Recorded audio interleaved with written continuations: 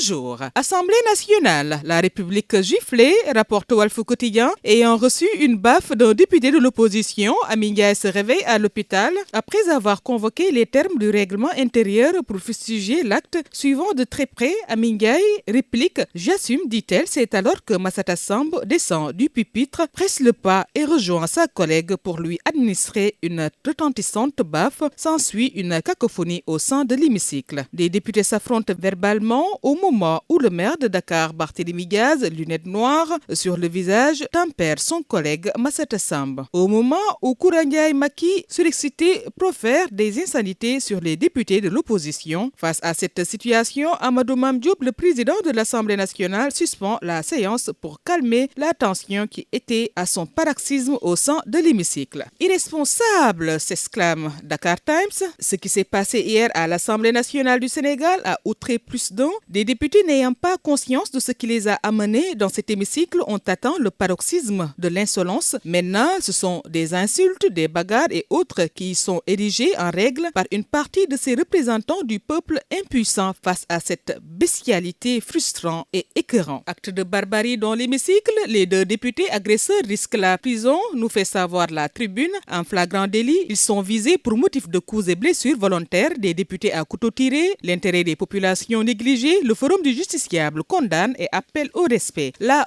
honte, s'exclame le mandat. Agression à l'Assemblée nationale. Concernant les agressions à l'Assemblée nationale, Amy Ndiaye se fait agresser en pleine séance. Castagne à l'Assemblée nationale, député gladiateur, s'exclame Enquête. La 14e législature est partie pour battre tous les records d'indignité de l'histoire du Parlement. Amy Ndiaye a été prise à partie hier par Massata Samb et Mamadou Niang. Les femmes parlementaires de Benno Bokk Yakaar annoncent qu'elle est enceinte. Les leaders des coalitions sont interpellés. Pugilat à l'Assemblée nationale, deux députés de Yewwi boxent Amy Ndiaye de Benno Bokk Yakaar. Massata Samb la gifle, tandis que Mamadou Niang lui donne un coup de pied. Violence à l'Assemblée nationale, l'institution balafrée, renseigne Rewmi Quotidien. Diégui Diop Fall arrêté devant l'hémicycle pour un sit-in, des dérapages inacceptables. Amy est aux urgences, déclare Adji Mergane Kanouté dans Source sur l'agression de sa collègue par les députés de Yewwi à l'Assemblée. Elle informe que l'honorable député Amy Ndiaye est en état de grossesse. Pour le moment, ils sont dans l'attente car elle est entre les mains des médecins et ils espèrent et prient pour qu'elle et l'enfant qu'elle porte si fièrement leur reviennent en bonne santé. Inacceptable législature des députés pyromanes, insulte au peuple, livre critique, la pagaille accouche d'une gifle, les députés de Benno Bokk Yakaar agitent une plainte, Benno Kaffrine rage de colère. Nous n'avons pas encore atteint le fond du précipice, mais au rythme de la désacralisation de nos institutions, le Sénégal est à l'orée de l'abîme. De salles d'applaudissements à la querelle de Borne-Fontaine, l'Assemblée nationale est devenue une arène où les coups partent dans tous les sens. Assemblée, une députée passée à tabac par ses collègues, claque de fin, en croire le quotidien. Mamadou Niang et Massata Samb de Yewwi s'acharnent sur Amy Ndiaye, la dame évacuée à l'hôpital après un malaise. Le verre est dans le fruit, pugilat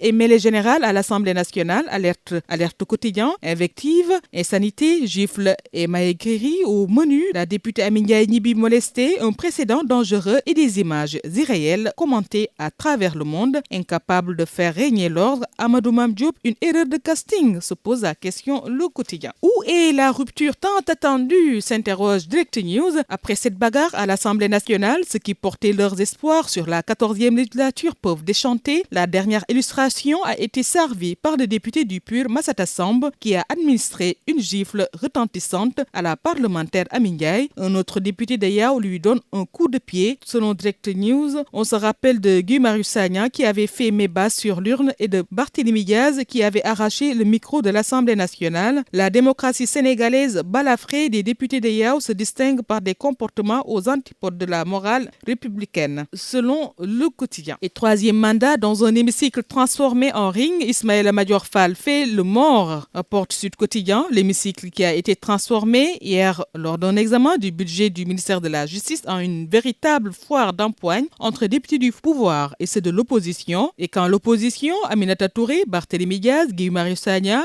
a cherché à acculer la garde des Sceaux, Ismaïla Madior Fall, sur la candidature du président à un troisième mandat, celui a répliqué en faisant simplement le mort. Libération nous parle dans ses colonnes de la la prison de Sébikotane. PAN, pour citer Pape Alé Niang, qui entame une grève de la faim. PAN entame une grève de la faim, relaie aussi enquête détenue à Sébikotane depuis plusieurs jours. Alerte quotidien alerte sur Pape Alé Niang qui entame une grève de la faim ce vendredi. Il refuse toute intervention médicale qui devrait en découler. Serigne Abdou Mbacké l'en dissuade. Rachad Hussein, ambassadeur itinérant chargé des affaires religieuses des États-Unis en visite à la grande mosquée Massalikul Jinan, déclare que le Sénégal est un pays de tolérance. L'avènement d'un projet pédagogique majeur, inauguration de l'université Amadou Mahtar Mbow de Diamniadio, illustre le soleil. Après 7 ans de travaux, l'UAM a été inaugurée hier par le président Macky Sall, une infrastructure de dernière génération répondant aux normes internationales qui enrichit la carte universitaire sénégalaise. Et les dérives sur les dépenses Covid dévoilées à la une de Libération concernant le rapport 2020 et 2021 de l'ARMP, Pharmacie nationale d'approvisionnement. Les auditeurs constatent l'absence de pièces justificatives pour des dépenses de 4,2 milliards de francs CFA. Mairie de Malika, les vérificateurs dans l'impossibilité de se prononcer sur les dépenses à cause de l'absence de total de factures et autres. Et Mondial 2022, Angleterre-Sénégal dimanche, la recette pour dompter les freelance, éviter au maximum les pertes de balles selon Stade. Et avec Sunu Lamb qui s'interroge à sa une, Balla Gaye 2 va-t-il vaincre le signe indien